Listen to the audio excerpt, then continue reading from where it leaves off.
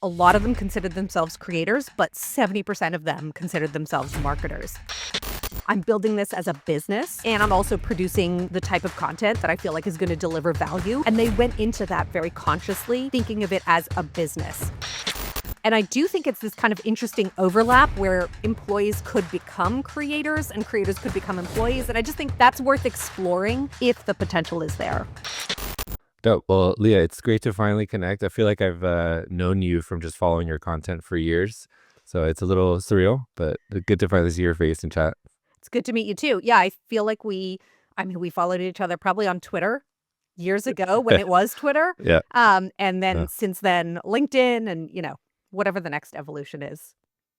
Yeah, exactly. But yeah, it's great to connect. So just to kick us off, I'm just curious, like, you're probably just as obsessed with social media and like this whole creator world as I am. But what attracts you to it? It is kind of chaotic, and it's 24/7 news cycles and things are always changing. Um, but I find it fun, so I'm just curious, like, why do you stick with it? Um, so I'm super happy that, yapping is now a thing, or we've got a name for it. I love to yap. I love to hear others yap. I love to yap with others. And I think that that's just been a theme throughout my career, is just figuring out where our audience is, like where are people, who's talking to them, who's got the mic, which is now creators. It changes every 10 or 15 years. But yeah, now it's creators. And I love entrepreneurial people. I think I'm very entrepreneurial, whether you're in-house somewhere or you're a founder, intrapreneur or entrepreneur. I love people who have that attitude that, they can do anything and they go out and make it happen. And that's creators. Yeah, that's awesome. And I was taking a look at your LinkedIn profile and seeing like your career progression throughout the years, and kind of just wanted to talk about what you're doing today. I see it's like a mix of consulting slash creator slash kind of a lot of things, but maybe we could just break down your business and how you spend your time. Yeah, I mean, we all have multiple side hustles, right? Like this is kind of the era of like we're all wearing a lot of hats. So I teach at UCLA Extension, and I lecture at other universities on creator marketing, social marketing. I read a newsletter called ICYMI, or In Case You Missed It, and that goes out to now it's about 45,000 people across LinkedIn and Substack. Again, Wow, it's that's awesome. for creators, entrepreneurs, marketers. Um, and then my day job, I mean, I do have a day job. I'm a corporate consultant. I work for different enterprise brands. And the interesting thing, I like enterprise. I'm a corporate person. I grew up in corporate. Um, and they have a different objective in using creators and using social than maybe a startup. Startup, you want to get noticed. Enterprise, you want to remain relevant. So you're both online, you're both working with creators, you're both doing stuff on social, but I think the objectives or the outcomes that you're hoping for are just a little bit different. I will say, Yeah. and I know I'm going on and on, like I said, I like to yap. But honestly, looking at it from like, I've been in this for a while, and so I have maybe like the benefit of hindsight and being able to look at kind of the span of my career.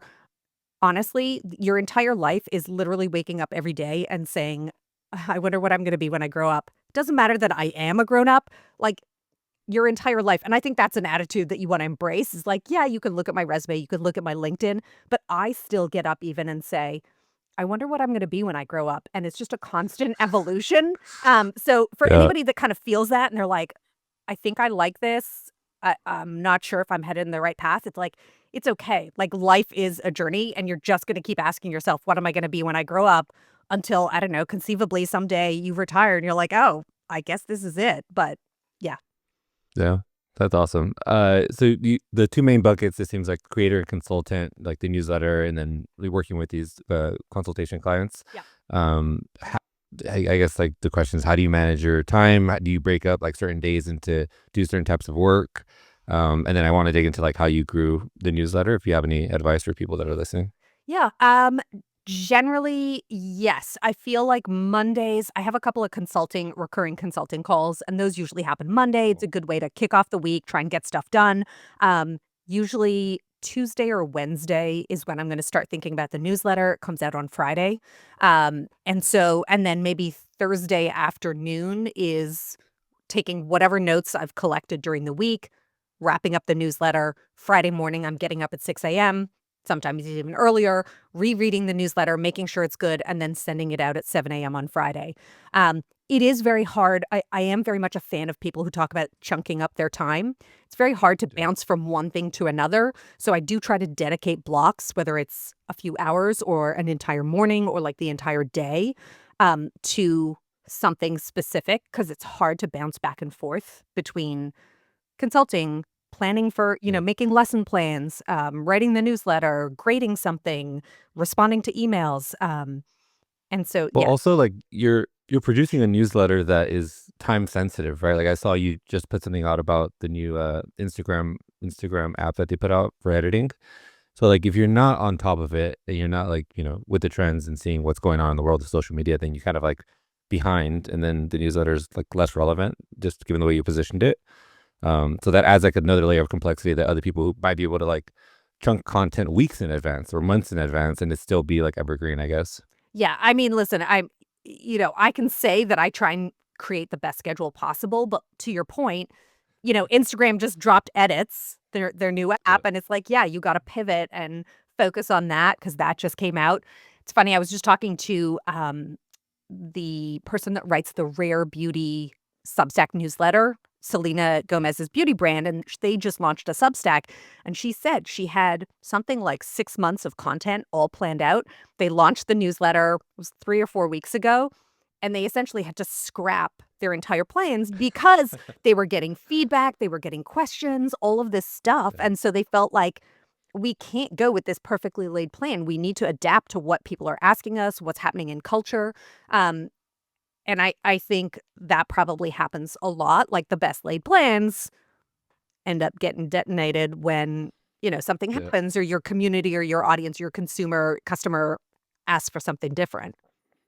Yeah. I'm in a similar boat. Like I write my newsletter every week. So I don't really write it out weeks in advance. Even though some of it's evergreen, it can be written out in advance. I usually try to tie it into something personal that happened to me that week or like what's going on in the world. So I think it adds a little pressure that just forces me to get it done too, versus like getting lazy. Like, oh, I have next 4 weeks to do good. Like, I can just kick back. Procrastination is a great motivator. Yes, it is, especially for those with ADHD. So the newsletter, that's awesome. Good, congrats on the growth. Are there any tricks? A lot of people that are listening to this probably have a newsletter, and maybe they're just getting started or they want to start one. So, is there any advice on like how to get the first 1,000 or 10,000 subs? Yeah.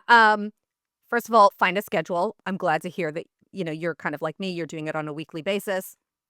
Friday at 7 a.m. is my drop time. I think of it almost like a YouTube channel in that same way that, successful creators will be like, I'm dropping every Friday afternoon or, Monday, whatever day it is. So Friday, 7 a.m. The consistency is super important.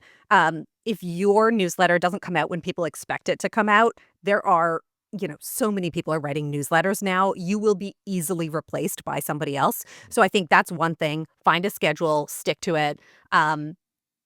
Write Listen, it's I feel like it's the same advice that we give creators. Write what you love, but definitely listen to audience feedback. When I first started the newsletter, it was primarily for creators. I was thinking, I'm writing for creators, I'm giving creators advice.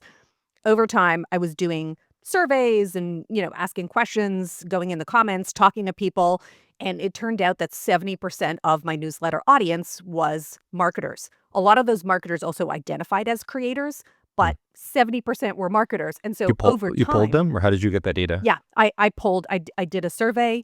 Um, Once I had enough, now I think it was like, I've been writing the newsletter for almost 4 years. It was like maybe end of year 1 or 2, when I polled people and I was like, how do you, what do you consider yourself? Um, Yeah. and yes, a lot of them considered themselves creators, but 70% of them considered themselves marketers. And so at that point, I very visibly shifted. Okay, it's similar. I'm covering similar material or I'm writing about similar things, but it's through the mindset of or through the lens of how's this going to help marketers versus Mhm. just how's this going to help creators. And it is a shift. And so I think, again, it's sort of if you have a social channel and you're creating content on social, like you need that Venn diagram of what you love to create, but also what the audience wants. If you don't have an audience for it, it doesn't matter if you're writing the greatest newsletter ever. There needs to Yeah. be that audience desire for whatever it is that you're putting out there. So figure out what audience you could possibly serve, what content would help them, and then keep checking in and making sure, are the people subscribing actually the people that you were aiming to help? And if it gets to the point, like I said, where it was like 70% marketers or 70%, whatever it is, small business owners, for example, you got to start shifting Shift a your little bit. content, to resonate with them. That's a great point. And your newsletter is interesting because you also have like an option for like a paid tier, right? So, like, what's the mix of free versus paid newsletter editions that you put out? And I guess how do you convince or like acquire those like paid subscriptions? So that's a great question because I've talked to I publish my newsletter on Substack and LinkedIn. Substack has the paid Yep. tier. I waited until about the third year to turn on the paid option. When I first started, I did not want to commit to having paying subscribers because once you turn on paid, you owe those people something. Can't turn it Like, off. you Yeah, can't turn it exactly. off. The content's got to be good and it's got to be consistent. And so if you decide to take a week off or you decide like I'm going to phone it in this week because it's summer and there's not much to Yeah. say, Or it's like like half-ass it or be lazy, then it's like, oh, you're doing them a disservice. exactly. And you've got paying customers. So I wanted to wait. Me personally, I wanted to wait until I felt sure that I could deliver what a paying customer would appreciate. I've talked to Mm. other people, Erin Parnas, Rachel Carton, another creator, Carla Lally, like different people, and people have different approaches. Some people, I know Erin Parnas, and I think it was Carla Lally turned on their paid subscribers almost from the get-go. And they felt Mm. like, yeah, I'm building this as a business and I'm also producing the type of content that I feel like is going to deliver value. And they went into that very consciously, thinking of it as a business. And that's cool. Mm. I think it's cool. I just think you have to decide which approach are you going to take. And if you want to test the waters and build the audience first, that's the way that I did it. But if you feel like if you're spending a lot of time, if you're revealing information they can't get anywhere else, if you're Carla Lally a food creator, she includes recipes, so she's doing recipe development and videos. Then in that case, it does make sense to turn on paid. So I think there's different approaches to it. For me, I decided last year I turned on paid and was very ambivalent about it. I didn't do a really hard push. I just started writing extra Mm. newsletters. This year, I decided, look, if I'm making the effort, I might as well go hard on this. And I Yeah, because it have, scales nicely. yeah, and I have seen a pretty drastic increase since January when I decided I'm going to create these special series that are only available to paid subscribers. And those have done really well. And I always send out a free preview. So there's always the beginning's always, you can start reading to kind of tease you in. And then I Mhm. tell you what you're going to get. And then you hit the paywall. And if you decide that, that's the information is valuable to you and it's worth paying for, great. If you don't, you can keep going on the free. And I feel like, again, it's just two different approaches. I'm building audience and then converting them to paid. Other people are going in with, I'm going to spend more time on my newsletter, create value right from the beginning and start selling right from the beginning. Um, Mm. and they're both valid. I think it just depends on like the time that you have to commit, what you think you have to say, where you're going with this and what you want to do with it. Yeah, I guess another benefit about going the route that you did is if you built up like thousands of subscribers and then you turn on paid, you only need like a small percentage of them to convert in order for it to be kind of like worth writing those extra newsletters, that extra effort. Versus if you kind of do paid from the beginning and you have one or two subscribers or paid subscribers, then you're kind of like, whoa, I'm doing all this, 10 hours of work for $70 a month extra. Yeah. Like, If you turn on paid from the beginning, you better have an audience somewhere else that is going to convert. Like you're a YouTuber, you're an Instagrammer, TikToker, whatever. You've got something else that's a funnel to the paid newsletter. If you yeah, don't have any other online presence and you launch a paid newsletter, that's going to be a it's gonna really be tough tough. sell. Yeah. Yeah. Unless you have a lot of money that you can throw into like meta ads and a good positioning, it could Yeah. And I always question though, like, and this isn't a commercial retention. for Substack. No, I'm thinking about people transferring from one platform to another. Like, we know when people are on Instagram, they like to stay on Instagram and consume the content on Instagram. Whatever platform they're on, TikTok, they want to keep scrolling TikTok. Good point. Ads for newsletters, it's like you're then taking them out of their routine and the place that they wanna be, whether it's, you know, Facebook, Instagram, TikTok, whatever, and then forcing them over to another platform. Um, and the thing that I like about Substack, and I know recently, I do think Beehive has started this, but a lot of other newsletter or email marketing platforms don't have it, that discovery element. So when you sign Yep. up for my newsletter, you get a suggestion of, would you like to sign up for these other similar newsletters? And Yep. newsletter writers can recommend each other. Again, not trying to I'm not endorsing one platform over another necessarily, but I do think that Mhm. that discovery and recommendation engine is really helpful for building an audience, especially at the beginning. Yeah. So consulting versus doing newsletter thing scales very nicely, right? So if you have thousands of, paid subscribers, then you kind of don't really have to do anything else because it kind of just pays bills. So my question is like, why not try to do one or the one that scales? You kind of like consulting, even though it's more time and energy intensive. Um, So, and I don't know if you identify with this. I work from home. I work for myself. I get Yep. bored. I get lonely. I want people to bounce ideas off of. I like working with other people, so I enjoy the consulting because it kind of plugs me into I'm talking to other people. I'm also finding out what problems people have or, Mm, what struggles or obstacles that they're facing that I can then think about for future newsletter issues like, "Oh, this is a That's a great problem I point. keep hearing about." The other thing, and these feed into each other really nicely, all of the consulting clients that I have, I would say hands down, yeah, 100% of the consulting clients that I have came through the newsletter. So it was people that read Wow. the newsletter. A lot of times it was somebody who was like maybe the social media manager who then went to their boss or went to the head of marketing and said, "This is great. I would look. Can we get this person in to talk to us, to help us with this problem?" What that has so that spun into consulting. What that is now, unlocking is certain companies are looking for custom versions of a newsletter based on whether it's like their, product or service, or if it's an agency, for example, who are their specific clients. And so it's taking the newsletter and thinking about what's relevant to this company or to their clients.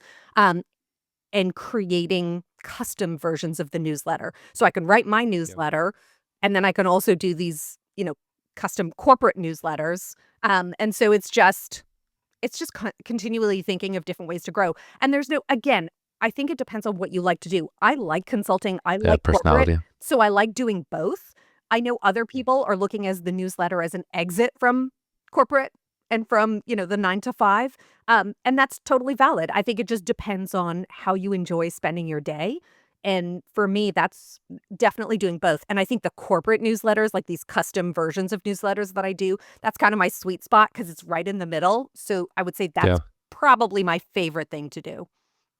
Yeah. For the record, I'm doing both too, by the way. So I'm doing like newsletter, like the whole media thing, but then I also have like a solid consulting gig that keeps me just like grounded. It's good to just like test your chops on like a different social account or like brand that's not yours too, Yeah. just to like, see if you still got it or like, be on top of trends. And then again, it feeds into like the newsletter and, just my thoughts on what's going on in the world of social too. Yeah, Um, I like it.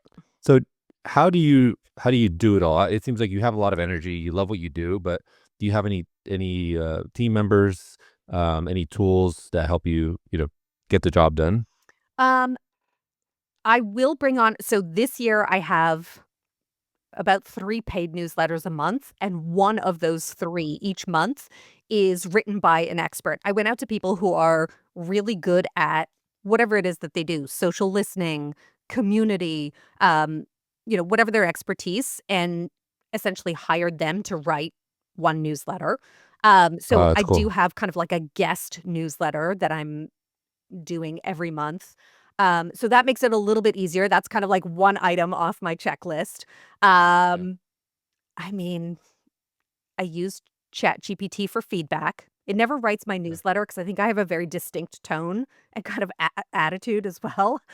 So like ChatGPT can't get that, but it can help me just bounce ideas. Like I said, when you work alone, you need somebody to bounce ideas off of. Yep. Same. I use Otter AI to transcribe everything. That's super helpful. I love going to, for Yes. example, I go to conferences. I record every single panel in Otter. It transcribes it. It gives me summaries of what was said, and then I turn that into stuff for the newsletter. Um, Do you record using like your phone? Like you place it somewhere? Do you ask like the host of whoever is hosting the event like plug directly into the sound monitor? no, I either have my phone or my laptop with me. A lot of times I'll That's try pretty and smart. record on the laptop so that I have my phone so that I can be taking photos or videos, for stories or whatever it is that I'm using them for. So, yeah, if you see me at a conference, I'm sitting in the front row or as close to the speaker as possible. Hmm. With my laptop's open, Otter AI is recording, phone is taking photos and, video. That's really smart because like I talked to a lot of founders and a lot of them ask me for advice on like building an online presence and they don't know what to talk about online. And then I asked them like, dude, you've spoken at like 5 different conferences. Like, what do you talk about? And then they kind of like start rambling on like all these topics that I'm not an expert in. I'm like, all of that is social content. And they're like, yeah, but sometimes I just get on stage and it just flows out. I'm like, well, like maybe do a little bit of prep work or ask somebody in the audience to kind of take notes on like the key points that they found interesting. And like all that is like great for social and for, newsletter. But this sounds like a much better option because you have AI just kind of transcribe it for you and even do summaries. Yeah, Because and you you don't know don't. what you don't know until you hear yourself back. Right, and I think the thing is whether you're listening at a conference and it's really hard to take notes and keep up as people are talking, or if you're on stage, and I've been on stage, you're on such a high and it's such a buzz getting up on stage and talking and you're in the flow, you're flowing, Yeah, like, you the black out a ideas are little bit. coming. I walk off stage, if somebody asks me, like, "What did you just say?" I have no idea, I can't remember, I'm just like, I don't know, I was in the zone, we talked. Mhm. It's a little bit like this podcast, like, am I gonna remember everything that I said? Not necessarily, but if you're recording it, especially using, whether it's Otter, or any of the other kind of, like, AI transcription services, yeah, it's gonna give you a transcript, and it's gonna pull out key points, it's gonna give you a summary, it's gonna give you action items if you talked about following up with somebody, So I think, Yeah. yeah, it's great for newsletter content and it's great for social content. Yeah, I think a lot of founders want the video content of them speaking on camera, which is kind of tough to get. But my personal opinion is like people read faster than they can consume a 60-second video or 2-minute video. So like, why not just like pull a picture of you and then you've done this before and you put the takeaways in the copy and I can read that in 20 seconds and like, boom, like next post. Yes, ideally, I would say if you're talking to a founder who wants to build their presence, I would say both. If you can get somebody in the Both. front row that's recording video on their phone, great. And you take that video and you put a clip up. You have your laptop, your phone, whatever it is with you on stage with you that you have like discreetly, by your side, under the chair, whatever, and you're recording that conversation to your point so you can get that transcript. And that turns into a really good LinkedIn thought leadership post or multiple LinkedIn posts. The one reason why I do also recommend the video is because I've been looking for B2B creators for different clients, for different campaigns or activations that they have coming up.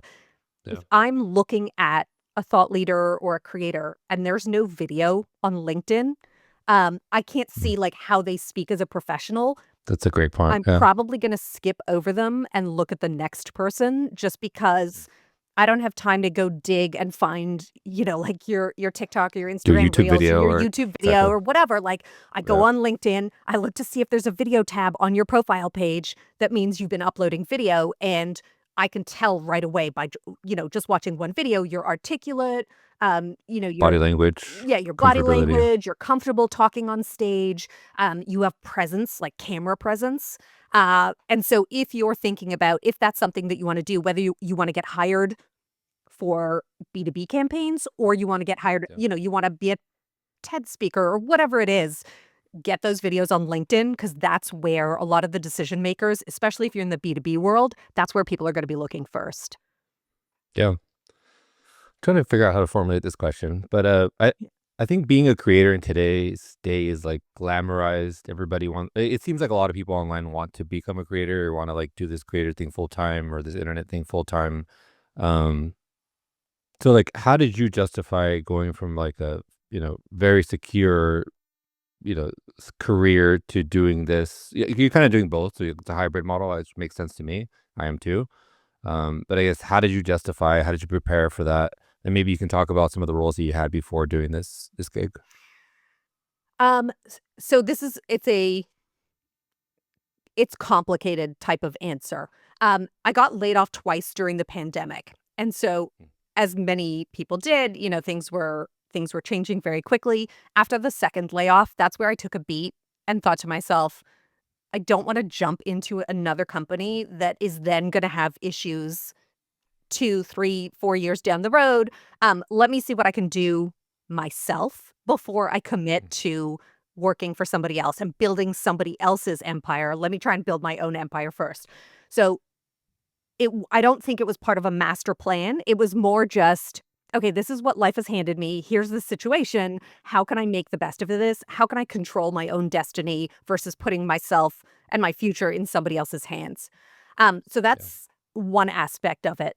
The other aspect is having previously worked in influencer marketing and hired influencers and creators for campaigns.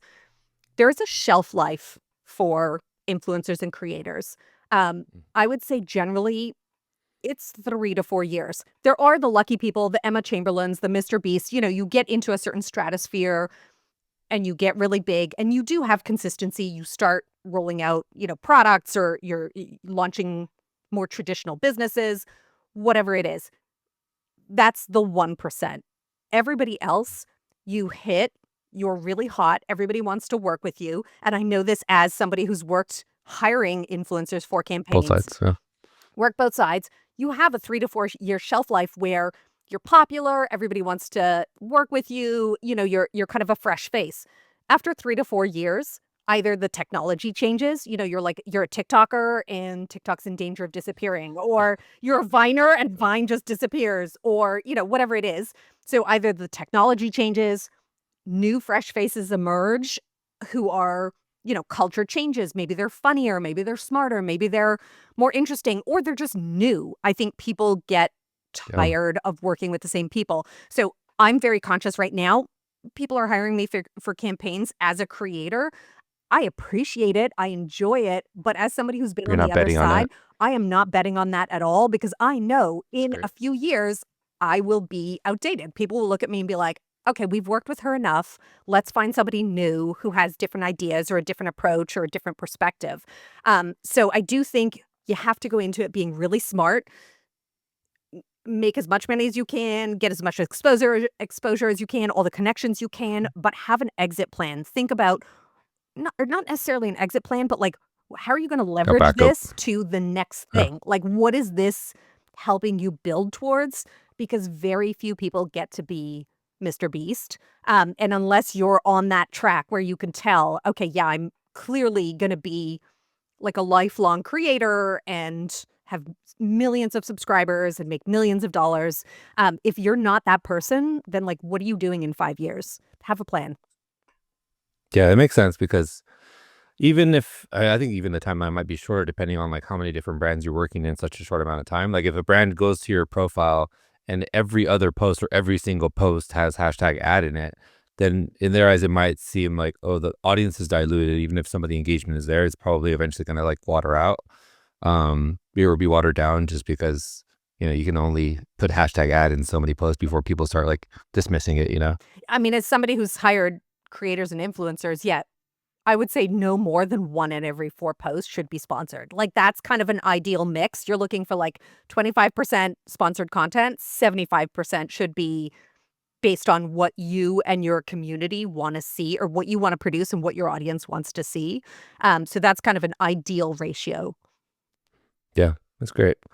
So can you share some of the roles that you had before this like phase of your career and how those roles kind of like help you transition or what you learned from those roles into what you're doing now?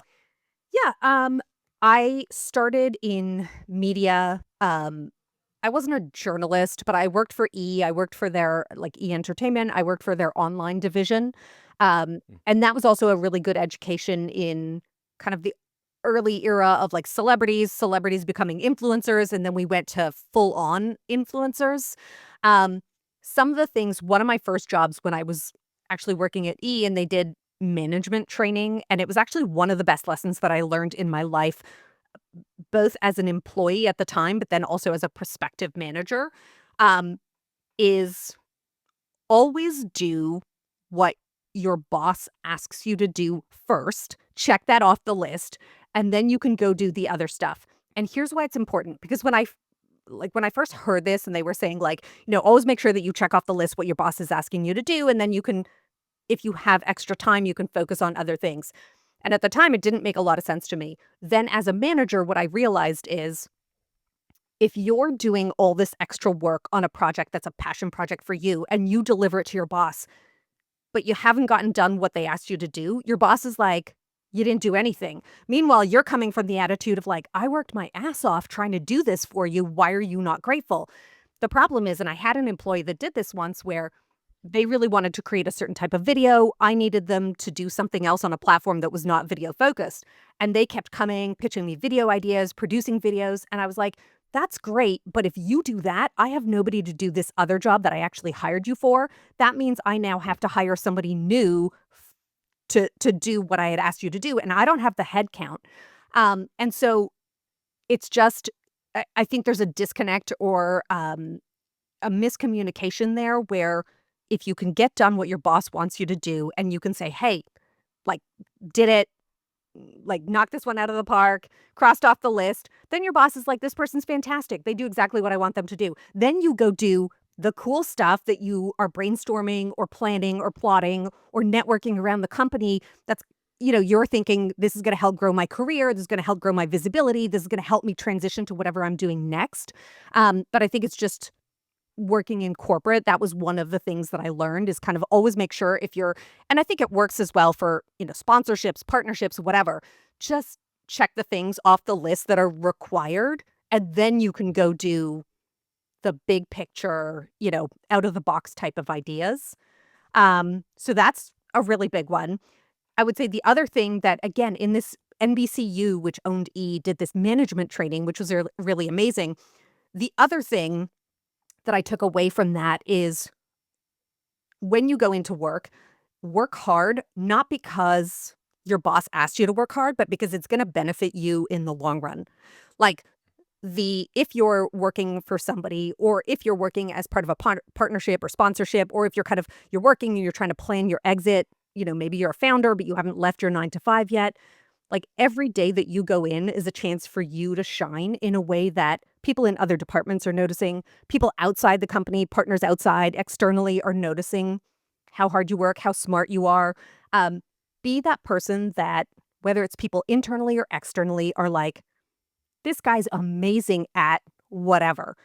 I think a lot of the opportunities that have come to me in my life are, I never drink the Kool-Aid. I don't go in thinking I'm doing this for the company. I think I'm going in doing this for me, building my reputation, building my skill set so that when we move on to other jobs, when we move on to other opportunities, people are going to call me because they're going to be like, okay, Lia is obsessed with social. Lia knows everything about creators. Like she's the go-to person. I'm going to call her, bring her in on this project, give her this contract, give her this opportunity, hire her to come talk to our company or whatever. Like just be the go-to person for your own sake, not because it's required of you, not because, again, like work is a transactional exchange. They're paying you for your labor. I think we need to get past the whole concept of like, and I'm sure most of your audience is probably not disillusioned in thinking like corporate is your family. Anybody that's like, oh, we're all family here. No, we're not. Because if things change, if the economy takes a Budgets downturn, get cut. if Yeah, the business exactly. shifts, like you're gone and family doesn't do that to you. So, Yeah, good point. but you go in and somebody described it as sort of your like digital briefcase. Like you go into work because you're trying to connect with as many people as you can around you, internally and externally. You're trying to build your skill set. You're building like awards or recognition for, I used to mentor interns. And at the time it was just like, oh, somebody needed to mentor the interns and I randomly got assigned. But then that was like a thing that I was able to take to other opportunities and say, I'm a mentor. And that was kind of a label that I could use. I also, a lot of my mentors, I mean, a lot of my interns that I mentored are now doing amazing things. Like, I know a lot of amazing people just because I mentored them when they were interns or I hired them as interns. Um, and you have people now that, like, have their own agencies and they've launched their own companies, and I'm like, I am It's awesome. I'm cool with that. Like, I love nurturing Yeah. talent, and I'm like, "One day, I'm gonna work for you, and I'm okay with that. Like, you're brilliant. Hell yeah. I recognize that, and I wanna help you get to a better place, and, like, we will work together in the future more as peers than kind of mentor-mentee." Yeah, that's actually a really great point that resonates with me because when I was working at LinkedIn, I was there for 5 years. I got really close with a friend, Bomani, like literally the biggest foodie I've ever met in my entire life. And during the end of our tenure there, started working like brainstorming a social media app for food lovers. And he would just like pick my brain because I was always like loud on social media about like why social media is incredible. And so he would pick my brain during lunch or like happy hours or coffee chats, like, hey, like, like what about this feature? Like if you were to build it, how would you do it? And fast forward 2 years down the line, I was working at Snap at the time. I moved down to LA, and he calls me one day. I was on my way home, stuck in traffic, and he's like, "Ish, what are you up to?" I was like, "Stuck in traffic, man." He's like, "Oh, man, that sucks." He was like, I would love to, chat sometime about having you on as an advisor for Crave It, the app that I'm building." And I was like, "Wow, like, why me?" He's like, "Dude, you're one of the only people that I, like, came to for advice. You know social media in and out. You've worked at 2 social media companies. You must love this stuff. And like you're a great guy. I got to meet you and know you as an individual like at LinkedIn when we worked together. Um, so I took that advisory gig, and then like a few months later, just things weren't really working out at Snap. I didn't feel I was like I loved the work that I was doing and I loved the company, but I just feel like it wasn't a great fit. So I I called him up again and I was like, "Hey, remember that director of marketing role that you asked me to give you referrals for? How about I reverse pitch you on why I should get the gig?" And he's like, Nice. "Dude, you don't even have to pitch me. Like, of course you can have the role. Like, you can, if you want to formalize the interview, we can do it. But like, role's pretty much yours." And so I got that advisory gig and like basically head of marketing at a startup, just from doing exactly what you just said. Like, building relationships, showing what you know, like being reputable in terms of your work, and just being consistent with what you do in your niche, I guess. Yeah, 100%. And I love that kind of bouncing in and out of between corporate to startup to founding your own company. I think it's super useful to have experience in all these different areas and also to be building that network. Like, you obviously are going to meet more people when you're working at a big company just because there's so many more people there. And like, for some purposes, that's really valuable. Like, I think especially Mhm. when when you're really young, like your first job out of college, it's helpful to work at a company with 1,000, 2,000 people around you, or, like thousands more, just because once you guys leave that job, and you are gonna leave that job, nobody stays Yeah. anywhere forever, but, like, you're just building that initial network, and so I feel like from those first jobs that I had, like, there's so many people that I know in the industry in so many different positions at so many different companies, and so Yeah. it's helpful. I do think I'm a big fan of kind of going back and forth. I've worked for corporate, like, big companies, I've worked for startups, I now work for myself. I couldn't tell you I'm not sure that I could tell you that one of them is my favorite. I think there's, like, tremendous value in bouncing in between them and just being able to leverage whatever opportunities that you have in the moment. Like, enjoy where you're at and then think about, "How's this taking me to my next opportunity? How am I gonna use this to propel myself forward, upward, onto bigger and better things?"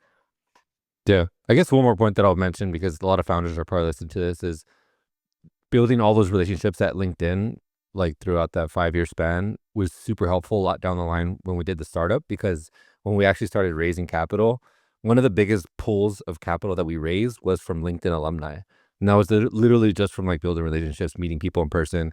And like you said, a lot of those people went off to do incredible things. Some of them had exits, some of them built companies, some of them went off to be very wealthy just from like the progression of their career. And that was like the lifeline of the startup. Capital is how startups, keep pushing. So it was like super helpful for us, and I can't stress it enough. Like if you work at a big company, like milk it by like building relationships and like do great work. Like you said, get the accolades and whatever else you need. And then because all that's going to be helpful in future roles I or love companies that you hearing that start. worked out for you, or like that was your path too? Because I was the first person, I didn't realize this right away, but the realization I came to was I used to be the person, just because I'm personable and I like talking to people, that got put on, oh, we have to work with some external vendor or another company or a partner or Mm. whatever. And at first it was just kind of like, okay, like whatever, that's not part of my job, but sure, I'm going to do it. What I came to realize very quickly is every time you're working with a vendor, a partner, somebody externally, like those are either potential investors, potential employees, just Yeah, so potential true. opportunities. So I would say probably it took me a few years to figure that out. But once I figured it out, I was like, anytime there was an external job to be done, I was like, I'll go visit them. I'll be the So partner smart. person. I will talk to those people. And so many opportunities just came from working at a job, getting that regular paycheck, but at the same time, just building that external network that you could then, bounce to or use for, capital or whatever it was that you kind of needed those relationships for. Yeah. Any other highlights from your career? You've had some pretty cool roles. I like the Live Strong one, the CMO role that you had. So So the Live Strong one, that was interesting. We didn't have a lot of budget, and so we were forced to be very creative, and that was actually one of the first places that I was the person in charge of hiring influencers and creators, and at the time, we didn't have a huge budget, so we could only do select things that were with influencers where, they would be posting, like, sponsored content, for example. So we didn't have a lot of budget for that, but I knew that I wanted to work with these people because they were smart, they were clever, they were creating better content, online content, than anybody else out there. So that was when I started thinking, okay, I can't pay them for a sponsorship, but like, will they create content that would live on our website? Will they participate in something, on a panel for us? Will they attend an event that we're hosting? Like often think that having no money makes you be a lot more creative because you've got to think of I ways think for so like, too. how can we do this? And so if I'm going to have to hire a photographer to take pictures of something that's going to go on the website, maybe I'm going to hire a creator instead and get that type of really cool social first content. It's not as expensive as hiring them to do a sponsored post on their feed because, especially at the time, this was like 8 years ago, the most expensive thing and pretty much the only thing that influencers were doing is posting sponsored content on their feed. Like, that's how brands were working with influencers, is like, we pay you, you endorse this, it's a promoted post, a sponsored post or Yeah. whatever. Because I didn't have the money to do that all the time. I did do it a little bit, but I didn't have the money to do that all the time. I had to find other ways to get creative to work with them. And creators and influencers, especially at that time, like nobody was asking them to speak on panels or to create like web content or whatever. So they were like, yeah, okay. And like I would pay them. They weren't doing it for free, but it was definitely less than a sponsored post, for example. And so I think, and now it's kind of funny because I was doing that then just out of necessity. Now that's kind of a The trend. norm. Like, yeah, you're Yeah. using creators for like out of home, you're using them for email marketing, you're using them for all kinds of things. And I think now there's a lot of money that's going towards that. But at the beginning, I was doing it just because I didn't have budget. So I think that, sometimes you work somewhere where you're like, this is really frustrating and I'm constrained by all these things. But I think sometimes creativity comes out of not having the budget to do something and having to find Yeah. workarounds to try and achieve what you want to do or like who you want to work with, just in like a cheaper, more creative way. Yeah, I say this all the time. I think constraints really do breed creativity, and I just give it in throughout my life. I've seen it time and time again. Sometimes when you have a surplus of resources, it just forces you to go with the easy solution, even though it's not the best solution. But I think you just made me think of another two-part question. Is like for people who are listening to this who might be creators, how can they best position themselves to be hired? And then on the flip side, founders or entrepreneurs who are looking to hire creators, what should they be looking out for, or how do they vet them? So if you're a creator, I think a really good way is positioning it as, whether it's in your bio, whether it's in your media kit, that you're a corporate advisor, for example, putting some sort of language in there, consultant, corporate advisor, like that's an additional service that you offer. I mean, I'm thinking if you have like a services list on your media kit where, you do short form video, long form video, I do this, that, and the other. label it like you do corporate advising, because I think there are a lot of companies now that are looking at creators and thinking like, we need to talk to you to understand the market, to understand the audience. We have a new product and we want to get like R&D or feedback or whatever from people that have really high visibility in our industry. So I would say for creators, make sure that you're offering that as a service. Also get on LinkedIn, because that's where a lot of this kind of B2B advisory type roles are going to surface, is on LinkedIn. There's a huge value. I've been trying to push creators onto LinkedIn for a long time, and I think now it's really taking off. But I Yeah. still see a lot of the type of people that I see on LinkedIn. There's a lot of B2B, a lot of tech, finance, but I'm saying lifestyle creators, TikTokers, whatever it is. Get on LinkedIn and check in regularly. Make sure that you're connecting with the people who might hire you for these advisory roles. That's great. I would say from the flip side for founders, I think one of the first things is look at creators as fellow entrepreneurs, follow them, engage with their content. A lot of times, whether it's founders or whether it's like the C-suite, is they just think of creators as kind of like this marketing or advertising solution that's out there. And they're like, we're going to click our fingers, throw a bunch of money at them, and like the problem is solved, right? And it's like, it's not a magic bullet solution. These are also founders and entrepreneurs in their own right. They're running small businesses.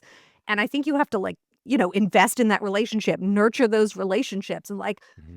like I said, like people that I hired 8 years ago, I'm still following a lot of them. I'm still liking their comment. I'm asking about how their businesses are going or whatever it is that they're doing. Like these are people that I'm personally invested in.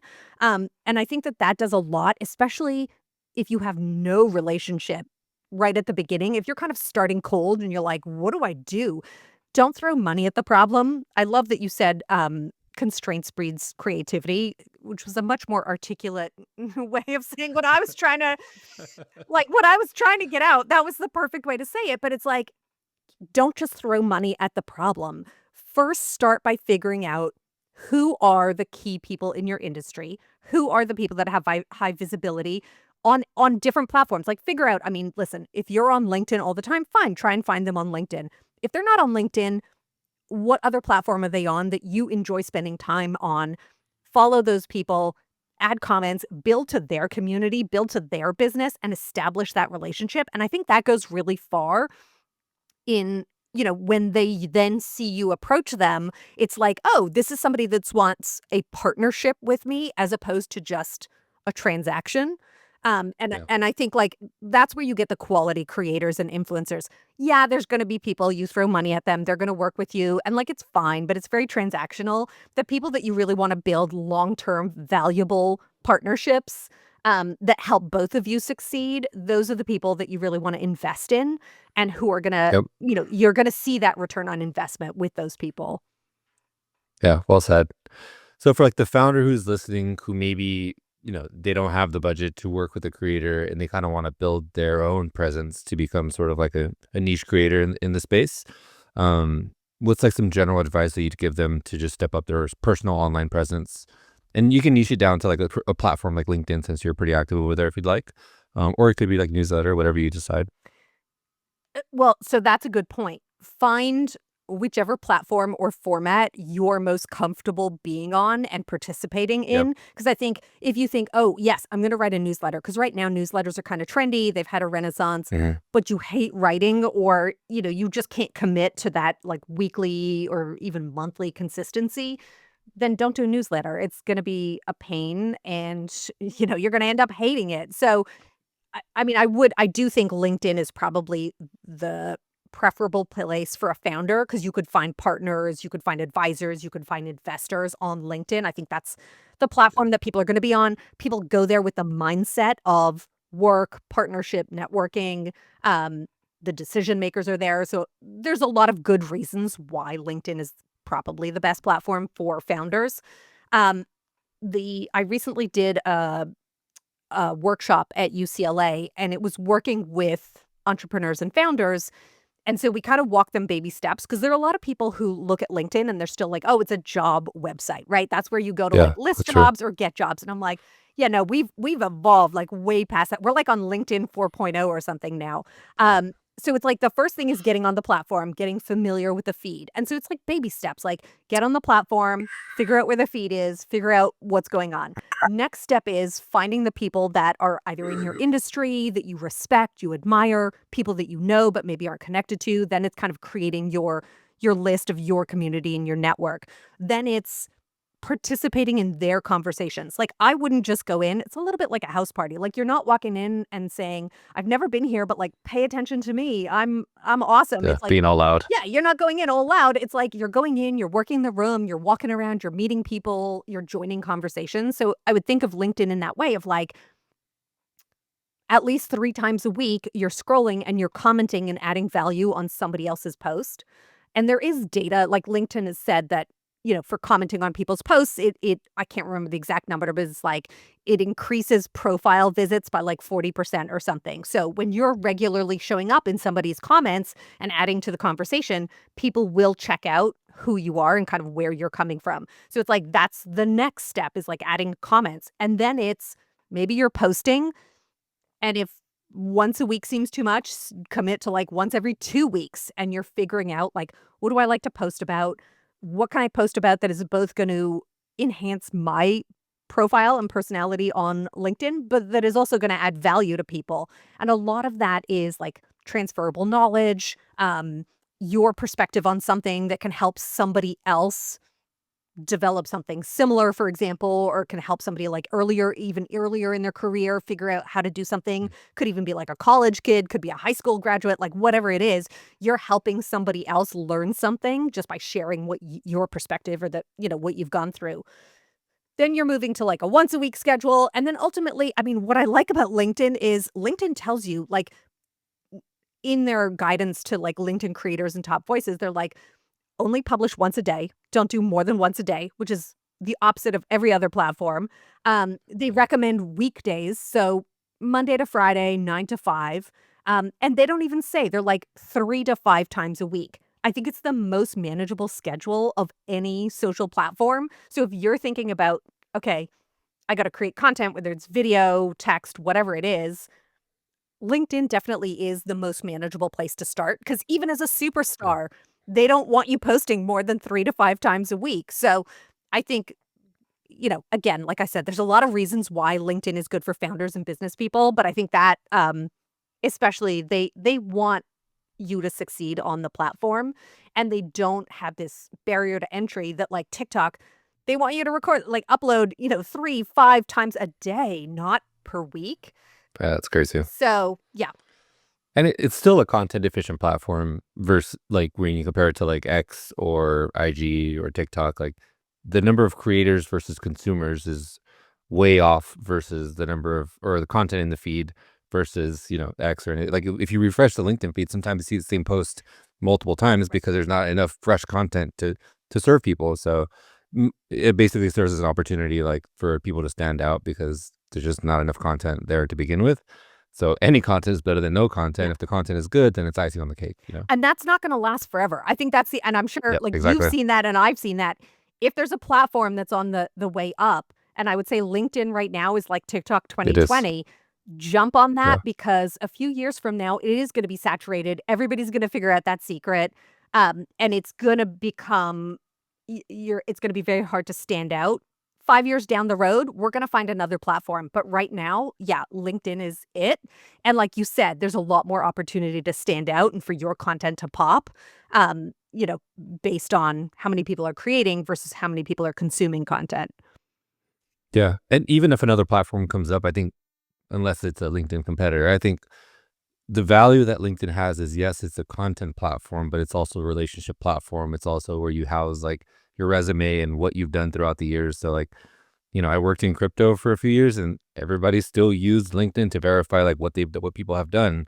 Um, a lot of people on X like to bash LinkedIn saying like who uses that, but all those people still use LinkedIn to Yeah. verify like that this person is the identity or they actually work there or like they actually do what they say. So don't always like listen to what people are saying online. Like look at their behaviors and what they're doing, you know? People who are bashing LinkedIn right now are just gonna be late to the party. Like, 2 to 3 years from Yeah. now, they're gonna be all in, and they're gonna be like, "Let me tell you the secret about this, like, misunderstood platform," or whatever, and it's like, Yeah, "Yeah, okay, we've exactly. already been there, like, we were there," and, yeah. Well, some of those people I've convinced to like I just like told them like your best post that you're posting on X, like just cross post over to LinkedIn and format it a little bit differently. And now they're crushing on LinkedIn. They send me messages like, "Ish, dude, thank you so much. Like I'm getting so much traffic to my newsletter or like to my website, or conversions are up." Um, just because user behaviors are different on LinkedIn than they are on other social platforms as well. Yeah.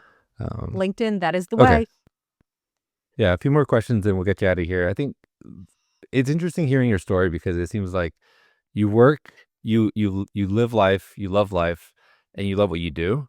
But is there like anything in general that you're working towards? I think sometimes like entrepreneurs or people in general who go from like the 9 to 5 to like doing their own thing, do it because they want to like work less or live life on their own terms a bit more.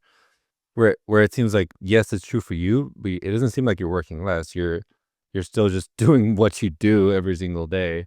So yeah, it's kind of a broad question, but you can take that however you like. Yeah, that's a good question, and it's something I ask myself. I don't have an exit plan. I don't have, like, I wanna retire or I wanna work less. I think I'm very interested in what I do. Um, it keeps changing. Like, I worked in I had my very first internship was, at a magazine. Then I worked at a TV network. Then I worked in social. Now I'm working in creator marketing.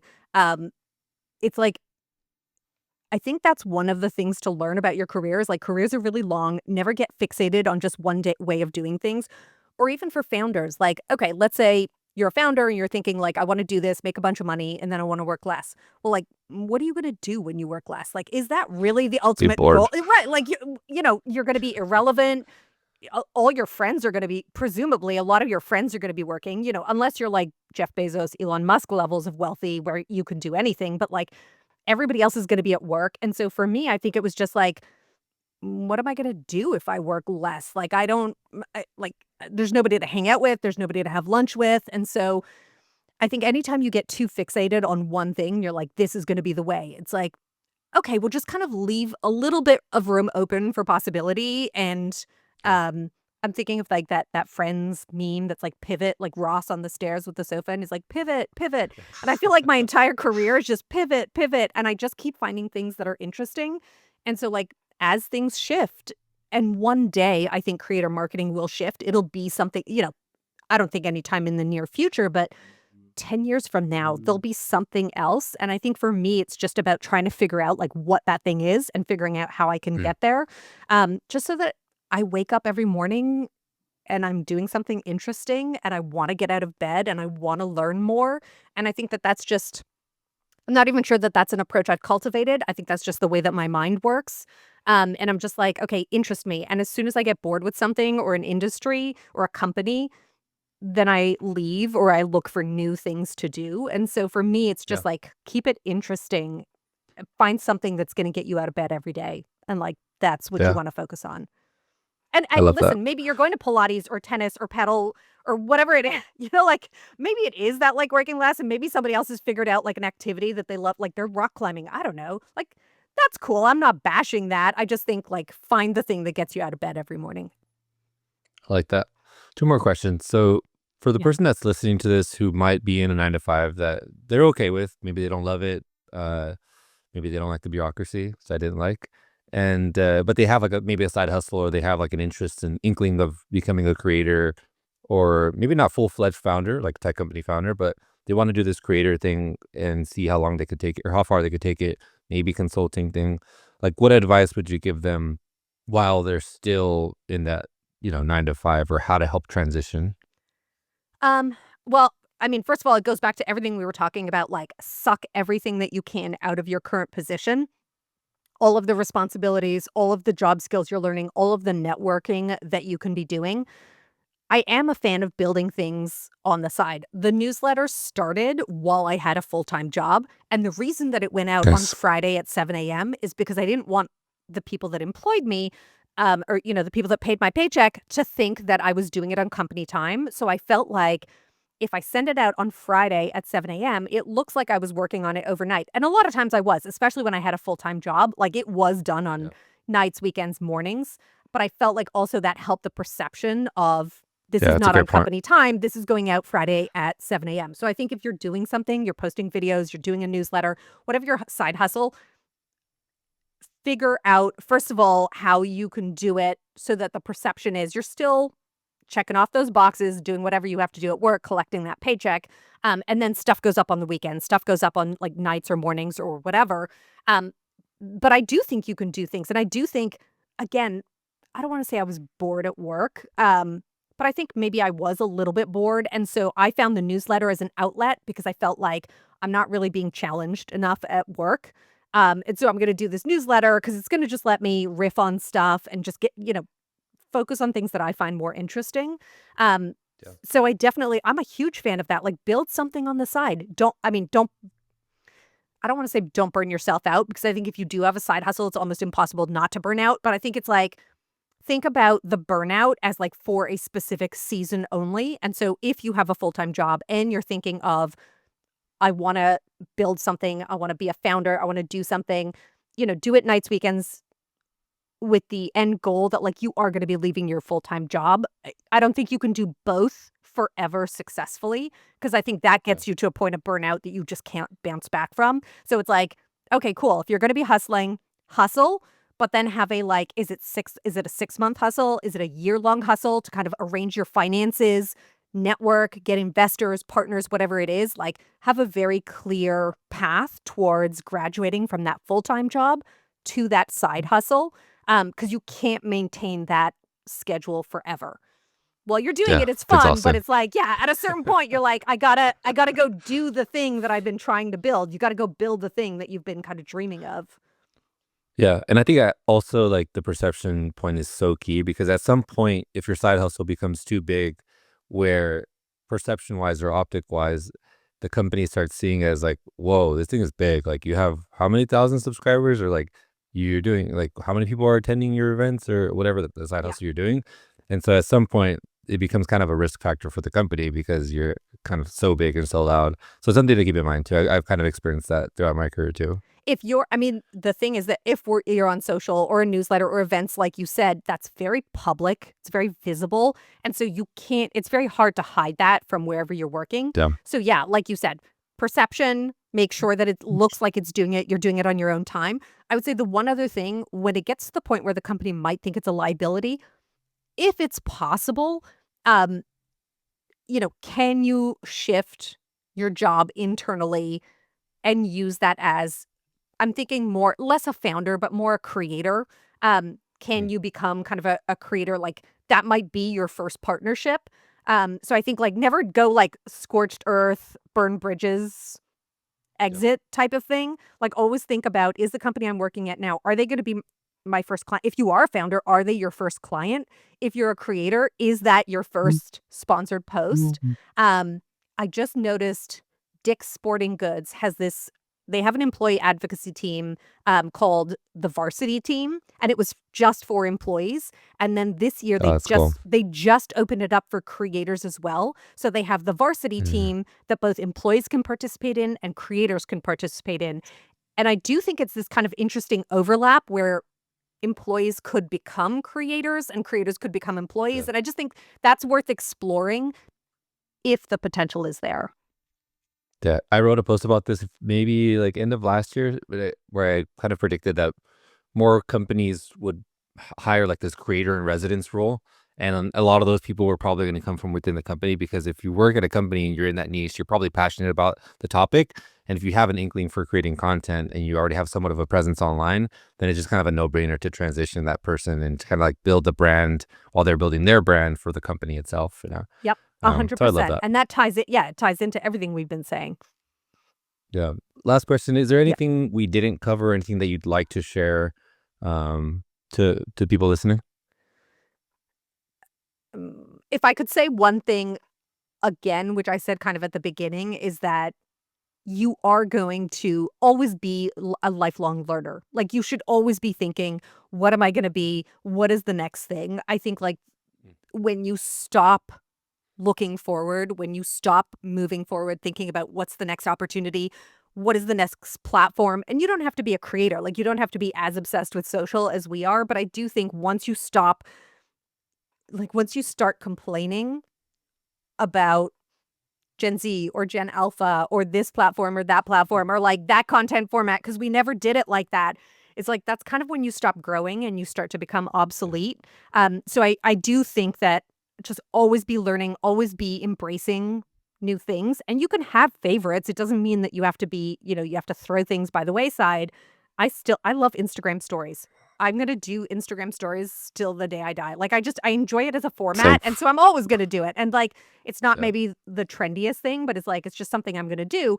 Um, but again, I think it's just so important, especially for career growth, for like personal growth, is just don't complain about shit. Like see where your place, where you fit in with it, or see how it adds some value, um, and some way that you can kind of enter that conversation, versus just being like, "Hey, kids, get off my lawn," kind of thing. Yeah.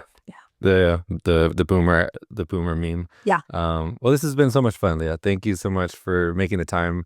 I love what you're doing. I love how you have the mix of like you're an awesome creator, and I still don't know how you do it all, but then you're like doing the consulting thing, which is awesome.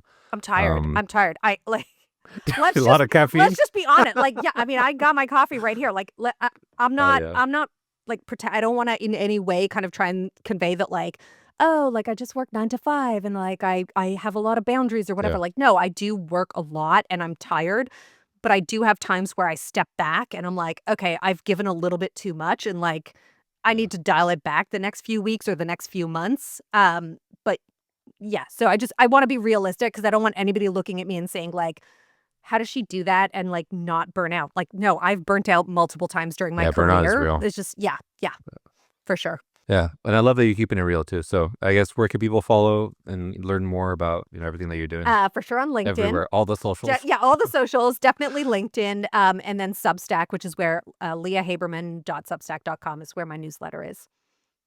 Great, thank you, Leah. All right, thanks, Ish.